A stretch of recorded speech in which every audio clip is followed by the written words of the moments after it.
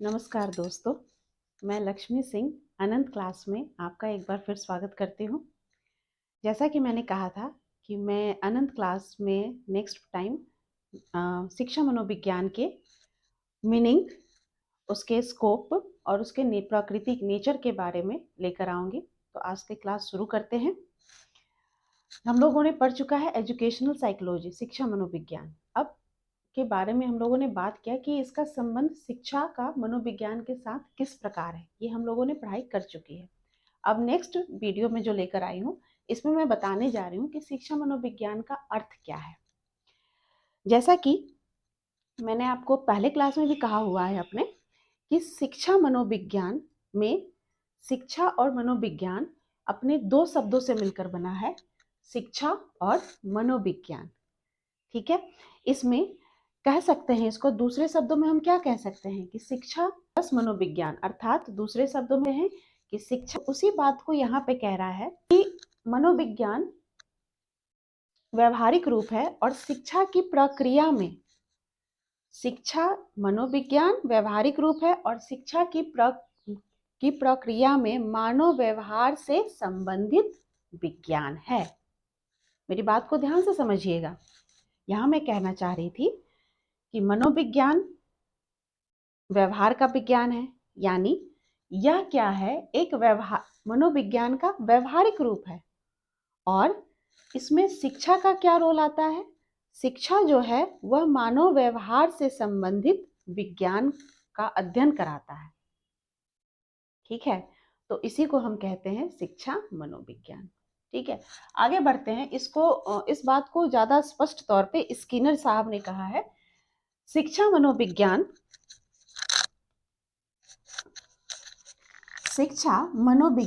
अपना अर्थ शिक्षा से जो सामाजिक प्रक्रिया है और मनोविज्ञान से जो व्यवहार संबंधी विज्ञान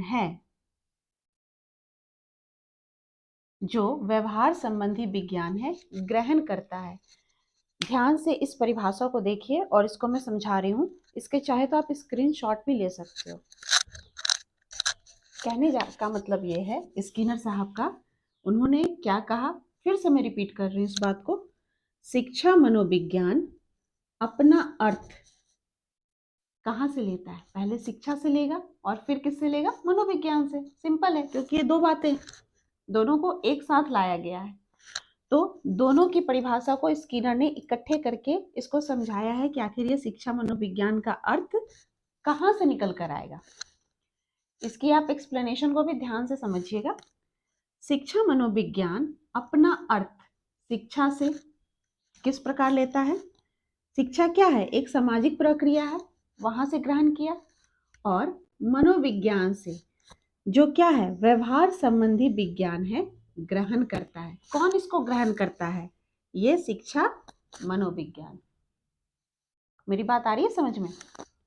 मैं स्किनर ने इस जगह पे शिक्षा मनोविज्ञान को कहिए तो एक तरह से परिभाषित भी किया है, लेकिन यहाँ पे उन्होंने उसके अर्थ को बहुत स्पष्ट तौर पे समझाया है। कहा है कि शिक्षा क्या होती है, वो एक सामाजिक प्रक्रिया है, वो हमें लेनी ही लेनी है। ठीक है, मनोविज्ञान की हम लोगों ने क्या पढ़ लिया कि व्यवहार संबंधी विज्ञान है। तो जहां शिक्षा है वहां व्यवहार की भी तो जरूरत है। तो कहता है कि शिक्षा मनोविज्ञान जब एक साथ आ जाते हैं तो उस जगह पे शिक्षा मनोविज्ञान कहाँ कहाँ से कोई चीजों को अडॉप्ट करता है, खींचता है। शिक्षा से वो क्या लेता है? शिक्षा चूंकि एक सामाजिक प्रक्रिया है, वहां शिक्षा मनोविज्ञान में मनोविज्ञान व्यवहार रूप है और शिक्षा मानव व्यवहार संबंधित विज्ञान का इसके तहत, मनोविज्ञान के तहत अध्ययन करता है। यही शिक्षा मनोविज्ञान है। अब हम आगे बढ़ते हैं। इसमें कहा गया है, मुझे उम्मीद है कि आपको इस nature of educational psychology,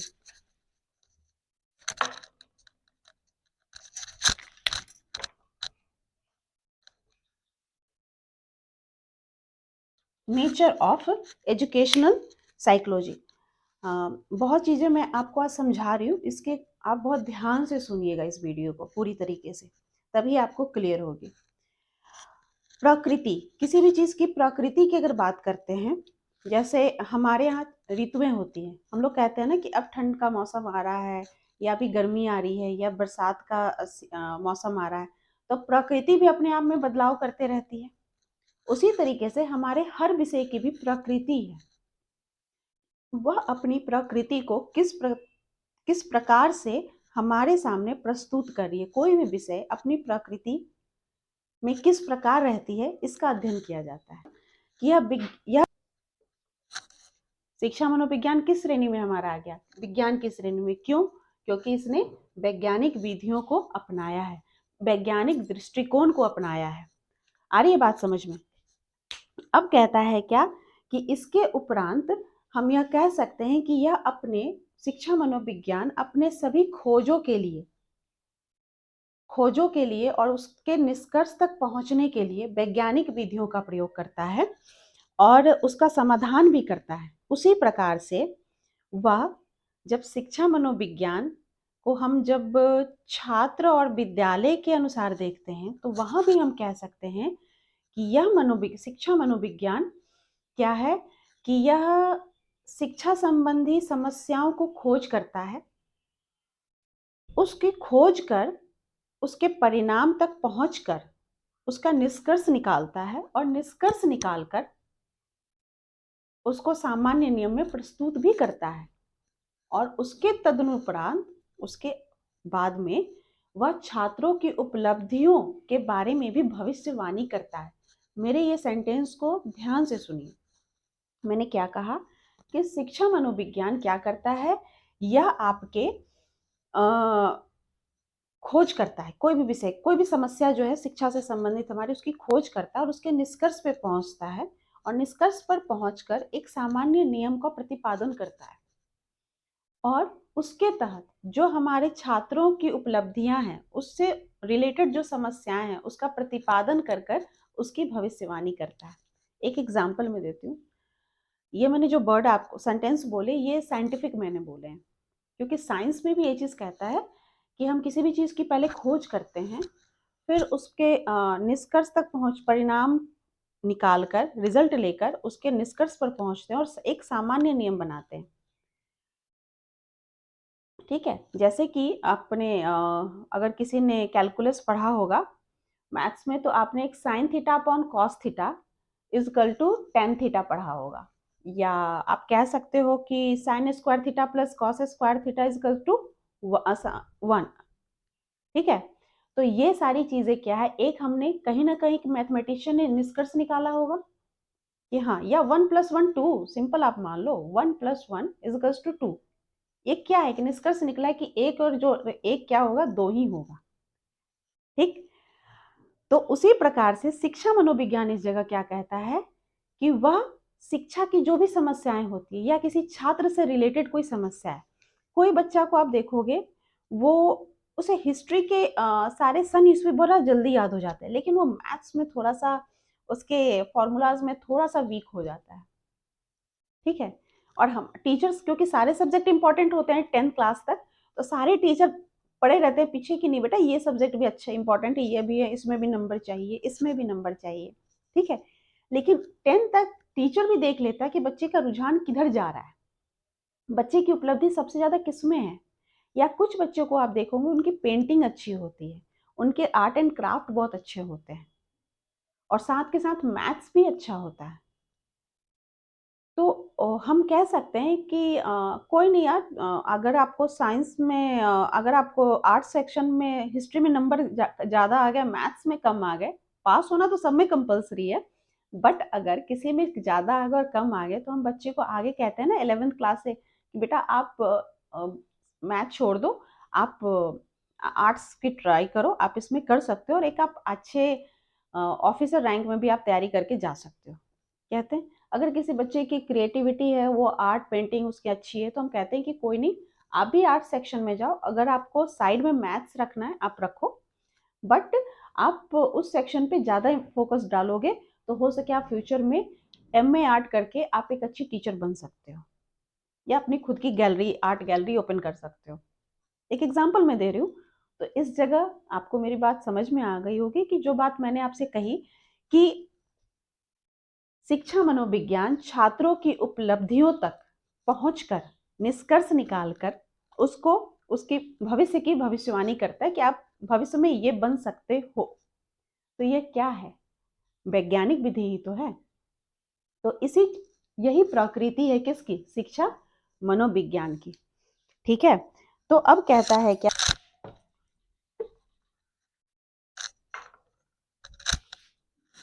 सॉरे and Telford, ये भी एक मनोवैज्ञानिक हैं। इन्होंने कहा था कि शिक्षा मनोविज्ञान अपनी खोज के प्रमुख उपकरणों के रूप में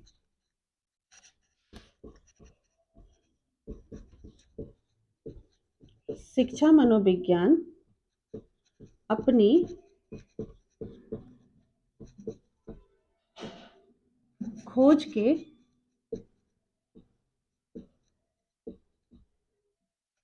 प्रमुख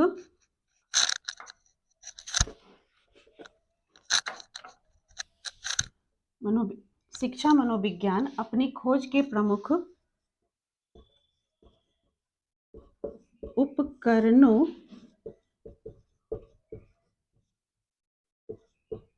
के रूप में विज्ञान की विधियों का प्रयोग करता है। विज्ञान की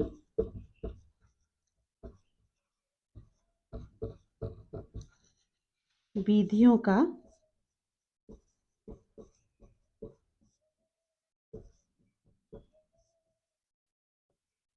प्रयोग करता है। यहाँ मैंने मनोविज्ञान को शॉर्ट में लिखा है, आप इसको पूरा लिख लेंगे। तो पूरे निष्कर्ष को निकाल के, जैसे मैंने स्किनर का वहाँ बताया था, उसी तरीके से मैं सॉवरे एंड टेलफोर्ड की बता रही हूँ कि शिक्षा मनोविज्ञान अपनी खोज के प्रमुख उपकरणों के रूप में विज्ञान की विधियों का प्रयोग करता है। तो जो मैंने आपको एक्सप्लेनेशन अभी दिया, क्या आप उसको इस पर लिख सकते हो? एग्जैक्टली जो भी मैंने आपको समझाया उसकी व्याख्या आप इस परिभाषा के तहत आप कर सकते हो। ठीक है, अब हम आते हैं शिक्षा के इस क्षेत्र में। क्या होगा? सामान्य उद्देश्यों में क्या होगा? सिद्धांतों की खोज करना, बच्चे के व्यक्तित्व का विकास करना, बच्चे के शिक्षण कार्य में सहायता करना, ये सारी चीजें हमारे क्या होती है? सामान्य उद्देश्य होते हैं। शिक्षण विधियों का प्रयोग करना। विशिष्ट उद्देश्य में हमारे क्या आ जाएंगे कि बच्चे के अगर व्यक्तित्व का विकास हुआ तो वह क्या सामाजिक, मानसिक, शारीरिक तौर पर हुआ या नहीं,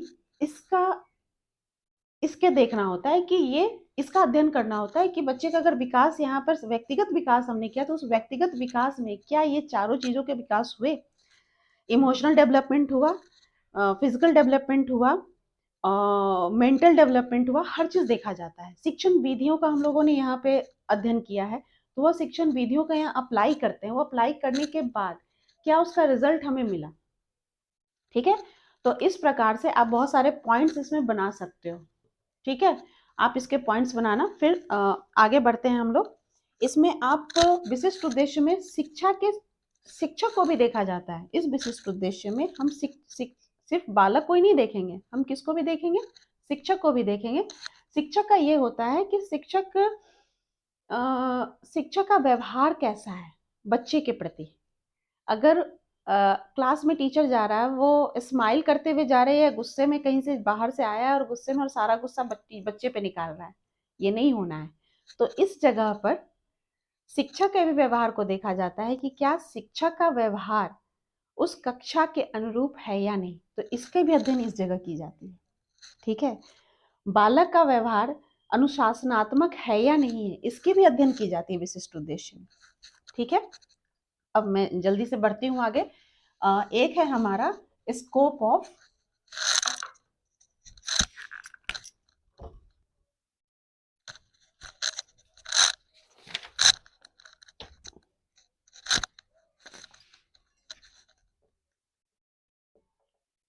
ऑफ एजुकेशनल साइकोलॉजी।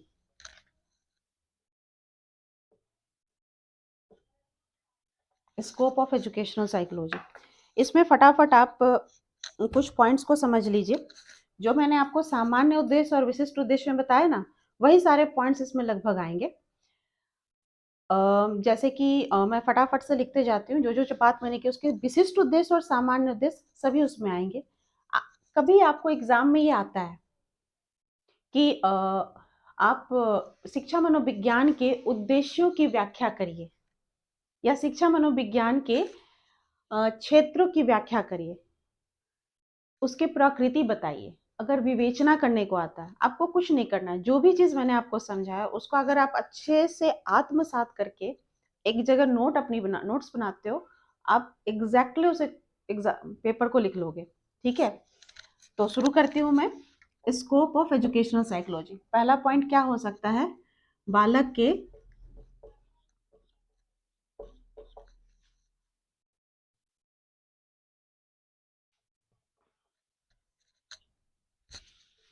के योग्यताओं का विकास करना, बालक के योग्यताओं का विकास करना,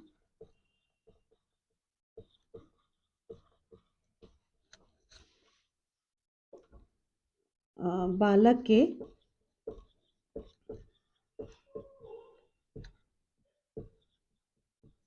व्यक्तित्व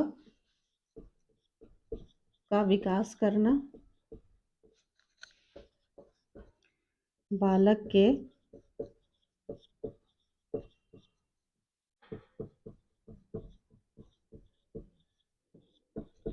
शारीरिक विकास, बालक के मानसिक विकास,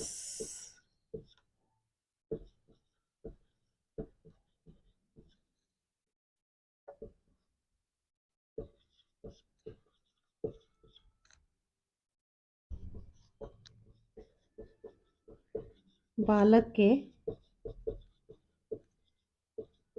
संवेगात्मक विकास,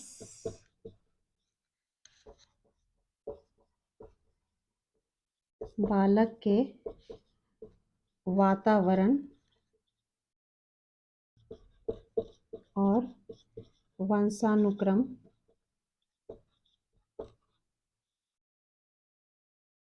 का अध्ययन। इन सब का क्या करना है? सबका अध्ययन करना है। मैंने यहाँ पे एक चीज वर्ड नहीं लिखा है, का अध्ययन। इन सब का अध्ययन करना है, वंशानुक्रम का अध्ययन करना है, बालक की मूल प्रवृत्तियों का अध्ययन करना है,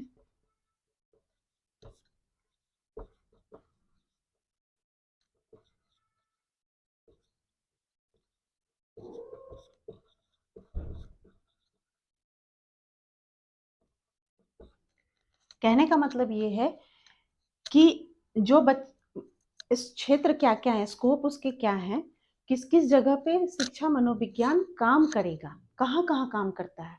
तो वह बालक की योग्यता के विकास का अध्ययन करता है और उसमें से भी विशेष योग्यताओं को निकालता है वो बाहर। बालक के व्यक्तित्व का विकास करता है, अच्छा, और उसकी व्यक्तिगत विभिन्नताओं का भी विकास करता है। व्यक्तित्व का विकास करके उसमें व्यक्तिगत विभिन्नताओं का भी अध्ययन करता है।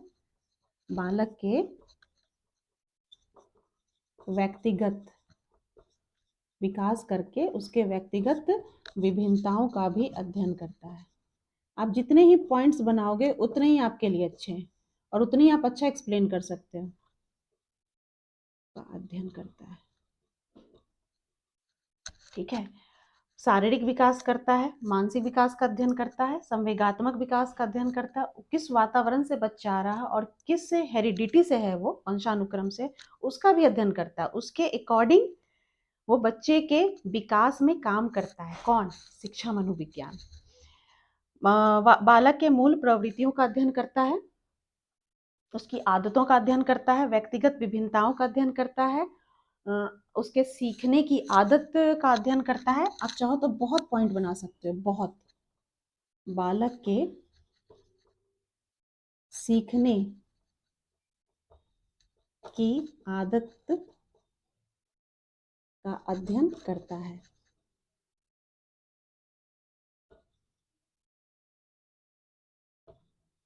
ठीक है। तो बहुत सारे पॉइंट्स आप खुद से बना सकते हो, 10 15 20 जितने पॉइंट आप बना सको आप बना सकते हो। इसके आप चाहो तो स्क्रीनशॉट ले लो और इसको आप एक्सप्लेन करना, अपने शब्दों में सीखना है आपको। जो बातें मैंने कही है उसी को आप करते हुए। तो ये आज हम लोगों ने क्या पढ़ा? Nature of educational psychology, scope of educational psychology, सबसे पहले मीनिंग, नेचर और aim of educational psychology and scope of educational psychology. आशा करती हूँ आपको आज का मेरा वीडियो पसंद आया होगा। लाइक और सब्सक्राइब बटन जरूर दबा दीजिएगा। कल मैं शिक्षा मनोविज्ञान के परिभाषा के साथ आपके साथ सामने प्रस्तुत होती हूँ। तब तक के लिए नमस्कार।